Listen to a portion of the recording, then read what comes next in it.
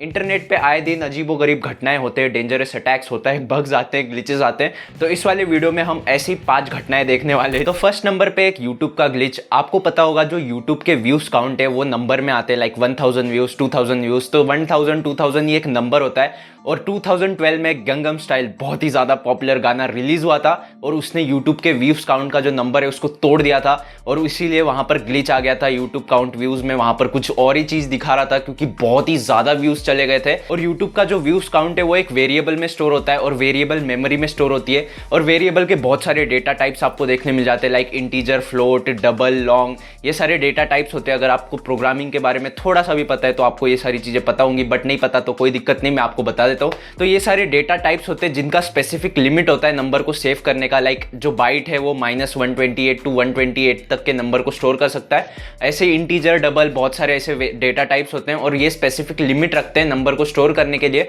ऐसे यूट्यूब जो है वो स्पेसिफिक डेटा टाइप यूज करता था यूट्यूब व्यूज काउंट के लिए, बट गंगम स्टाइल ने सारी चीजों को तोड़ दिया। फिर यूट्यूब को एक नया डेटा टाइप, मतलब नया एल्गोरिदम से उन्होंने यूट्यूब व्यूज काउंट को स्टोर करना शुरू कर दिया अभी करंटली। तो ये ग्लिच के बारे में काफी सारे लोगों को नहीं पता होगा और हम सेकंड चीज पे बढ़ते हैं और ये है एक स्पाईवेयर। इसको इजराइल ने डेवलप किया था। इसका नाम है पेगासस स्पाईवेयर और ये बहुत ही खतरनाक स्पाईवेयर है। लाइक अगर आपके फोन में ये घुस गया तो आपका फोन पूरा क्लोन हो जाएगा किसी भी सर्वर पे। लाइक इजराइल के सर्वर पे आपका पूरा फोन कंट्रोल हो रहा है, वहां पर आपके चैट्स, जितने भी मैसेजेस है, सारी चीजें पढ़ी जा रही है।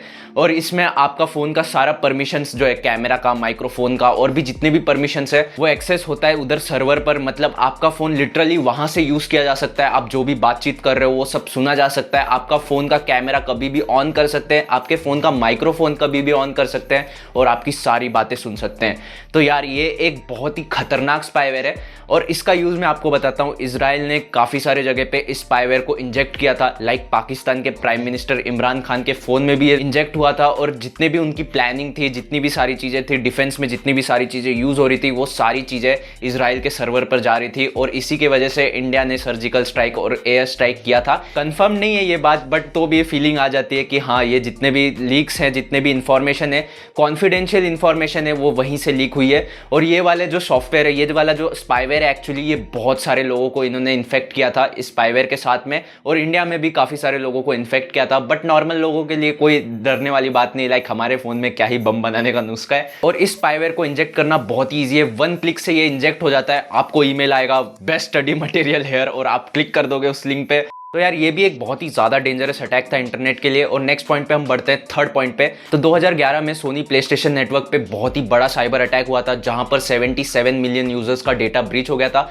उनकी सारी पर्सनल इंफॉर्मेशन ब्रीच हो गई थी। उनकी जितनी भी पेमेंट इंफॉर्मेशन है, जो भी सोनी प्लेस्टेशन नेटवर्क से वो लोग पेमेंट करते हैं, वो सारी चीजें लीक हो गई थी। और इस वजह से अप्रैल 20, 2011 को सोनी ने अपने सारे सर्विसेज बंद कर दिए 20 दिन के लिए। मतलब कोई भी प्लेस्टेशन को यूज नहीं कर पा रहा था। एक्चुअली ऑनलाइन जितने भी गेम्स है, प्लेस्टेशन नेटवर्क से जितने भी कनेक्टेड गेम्स है, कोई खेल नहीं पा रहा था। और यहां पर $170 मिलियन का इन्वेस्टमेंट करना पड़ा सोनी को। जितने भी कंपनसेशन है जहां पर यूजर का अकाउंट ब्रीच हुआ था और जितने भी अटैक्स हुए थे उनको कंपनसेट करने के लिए। और नेक्स्ट नंबर पे भी हमारे पास सोनी, और सोनी का बहुत ही ज्यादा नाम खराब हो रखा है इसके अंदर, बट इस बार सोनी पिक्चर्स है। तो 2014 में सोनी पिक्चर्स का बहुत ही बड़ा डेटा ब्रीच हुआ था जहां पर जितने भी अपकमिंग मूवीज है, जितने भी इन्वेस्टमेंट है सोनी पिक्चर्स का, जितने भी मूवीज में इन्वेस्ट कर रखा है और जितने भी एम्प्लॉय के पर्सनल डिटेल्स है, वो हैक कर दी गई थी। और ये हैक किया था गार्डियन ऑफ पीस करके एक हैकर ग्रुप है, उन्होंने ये हैक किया था। और बदले में उन्होंने बोला था कि जो अपकमिंग मूवी आ रही है सोनी पिक्चर्स की तरफ से, द इंटरव्यू, उसको वो लोग ना रिलीज करें, क्योंकि वो जो द इंटरव्यू जो मूवी था वो बेस्ड था, कॉमेडी मूवी थी,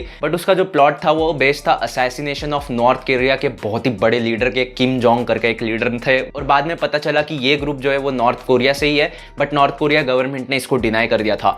और नेक्स्ट हम बढ़ते हैं नासा की तरफ। तो नासा का भी बहुत ही बड़ा डेटा ब्रीच हुआ था 1999 में और ये एक 15 साल के बच्चे ने हैक कर दिया था। लाइक उसने यूएस डिपार्टमेंट ऑफ डिफेंस के सर्वर्स पे बैकडोर्स इंस्टॉल किए और वहां से उसे बहुत सारे ईमेल्स देखने मिले गवर्नमेंट के थ्रू।